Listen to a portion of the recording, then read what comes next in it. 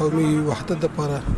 دا رقم د امیر المؤمنین د کندوز ولایت په خان آباد ولسوالۍ کې له اسلامي نظام څخه د ملاتړ په موخه ولسي غونډه ترسره شوه. د دغه ولایت د سرحدونو قومونو او قبایلو چارو رئیس مولوي احمد الله تعلقاني وایي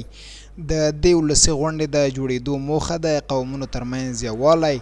د خلکو د ستونزو اورېدل او د امیر المؤمنین حفظه الله د فرمانونو په اړه د عامه پوهاوي خپرول دي. نن الحمدلله موږ بیا یووارې وتوانېدلو چې د خان آباد ولسوالۍ کې د قومي وحدت لپاره دا رقم د امیر المؤمنین د فرامینو د ابلاغ د خلکو مشکلات په باره کې مې یوه غونډه جوړه کړله د متنفذینو سره، علماو سره، روحانیینو سره، ځوانانو سره،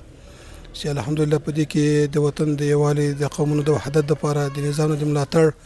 د خلکو هغوی بیانونه وسو او ټولو خلکو انشاءالله دې ته لبیک وویلې. دا سلسله به زمونږ تنها خان آباد پورې محدوده نه وي، دا به نورو ولایتونو غځوو. هلته به هم داسې سترې غونډې جوړوو تر څو موږ وکولی شو چې د قومونو ملاتړ راجلب کړو، د قومونو مشکلات راټول کړو، د امارت د مشرانو سره شریک کړو تر څو هغو ته د حل لارې پیدا کړو. دغه سلسله زمونږ به انشاءالله جاري وي. په ورته مهال غلام جیلاني حق نواز د خان آباد ولسوالۍ یو تن دیني عالم د یادې جوړې شوې غونډې هرکلی وکړ. هغه وویل چې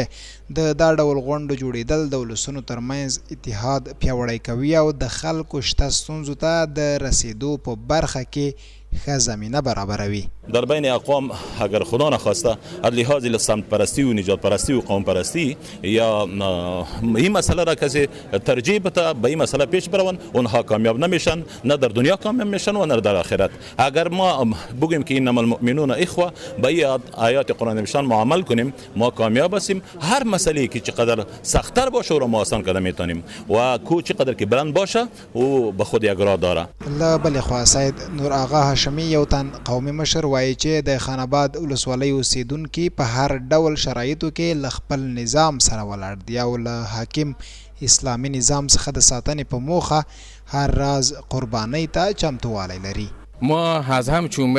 حکومتی که امروز در هر بخشا از ما وارسی کردن و پرسان کردن، یه شفقت جا بوده، حکومتداری جا بوده. ما هم در یک کوشش می باشیم در هر عرصه امنیت و اختلافات و منازعه بین قوم و وحدت اتفاق قومی و به امثال ازی در رست بازسازی مملکت در هر اداره هر جای باشه ما کوشش هستیم. چون که وا توجه داره ما هم ان شاء الله خدماتی که ارزشمند است باعث بقای هم دنیا و آخرت ما میشه، ما از هیچ وقت سرکشی نمیکنیم. یا د غونډه په داسې حال کې د کندوز ولایت په خان آباد ولسوالۍ کې ترسره کیږي چې د اسلامي امارت له بیا واکمنېدو وروسته د دې ولایت په کچه ګڼې دښمنۍ او شخړې په دوستۍ او ورورولۍ بدلې شوي چې ورسره تر ډیره په ټولنه کې د شخصي دښمنیو د مخنیوي په برخه کې